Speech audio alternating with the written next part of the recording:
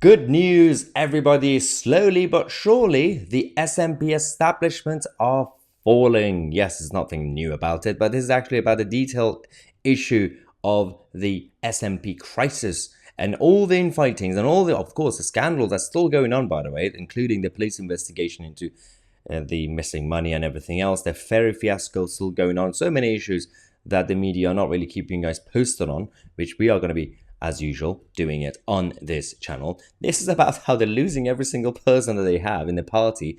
People are resigning and they are giving up their memberships. Some are joining Alex Salmond's party, the Alba party, and some are just completely giving up. And apparently some people are joining the Scottish Labour Party.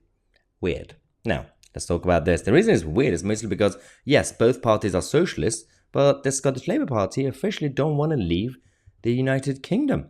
Now, the sinking ship, that is the SNP, is indeed sinking. Absolutely. Mostly because they've got a lot of their MPs, and we now have 7 MPs who announced their resignations as the exodus continues. You've got hundreds, and initially it was dozens, but apparently they're saying it could be in hundreds of party members who are giving up their party membership.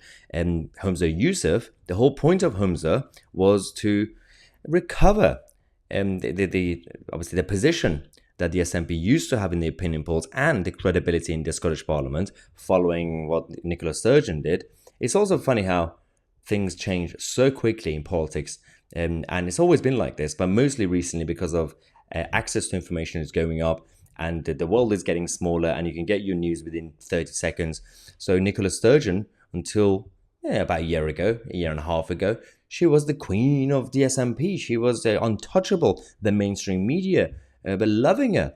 Even they decided to throw her under the bus, and they initially thought they could just back Humza Yousaf, and the narrative went towards Humza, saying, good, ethnic minority, nice beard, and less of a nutter. Then we discovered he's more of a nutter, and this is happening. So we got Professor James Mitchell of Edinburgh University's School of Social and Political Science saying, it's like watching pieces fall off a once mighty building while those in charge seem powerless to do anything about it. And most worrying of all, for the SNP leadership, a near complete collapse cannot now be ruled out. Now, this is fascinating. I mean, even hearing it from an academic from a university, you usually have to take everything they say with a pinch of salt.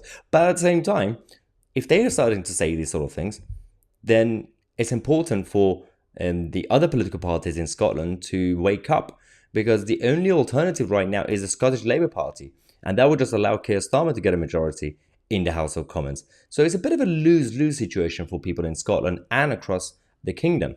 So the apparent exodus has led to questions over the decline of the Nationalists, who won 56 of the 59 Scottish House of Commons seats in 2015. I remember those days when Nicola Sturgeon was running around the courtyard of the House of Parliament, taking photos and saying, this is it, this is the beginning of the end for the United Kingdom, and we are going to be leaving the kingdom, and we're going to be making ourselves stronger, but we're going to keep the pound. Not really sure what they were thinking about that. But now, going back to Professor Mitchell, he also said that the SNP has now entered the danger zone that parties find themselves in after being in power over a long period of time and with a declining reputation for competence. Oh yeah, that reminds us of the Tory party. Same thing with the Tory government. After 13 years, they kept trying to renew their mandate because of obviously change of leadership and Brexit happened and everything else. So every government was basically like a new, fresh government. So the first 5 years was coalition. The 2015 it's a new government. Then you had the Boris Johnson's, it's a new government. But eventually people say, you're just incompetent. So the same thing with these guys.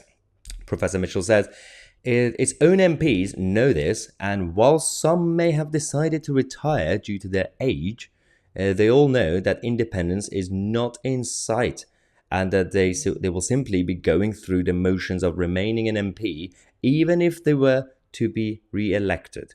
These decisions to retire feeds the sense of decline. SNP MPs can read the polls as well as anyone, and will be more aware than most of the party's internal problems. Unless something unforeseen and dramatic occurs, the next election may be a case of 2015 in reverse, and without the traditional base of support that the SNP used to rely on. So we're going to basically have the Scottish Labour Party taking the throne. So, I mean, technically slightly better than the SNP, but they are still the Labour Party. Now, all these issues, especially the state of Parliament in general in Westminster, we're going to be talking hopefully to Andrew Bridgen this coming Sunday. Yes, Sunday, 23rd of July. Andrew Bridgen will hopefully be joining us to celebrate the 300,000 subscribers party. We're also going to be in talks with other people as well from different sides of the political spectrum. Well, mostly non-communists and non-socialists, but hopefully we're going to have other people talk to us about the state of British politics. So if you want to join us Sunday 23rd of July from 6 p.m. onwards, the link is in the description. I'm Mahyar Tousi, and we are the media.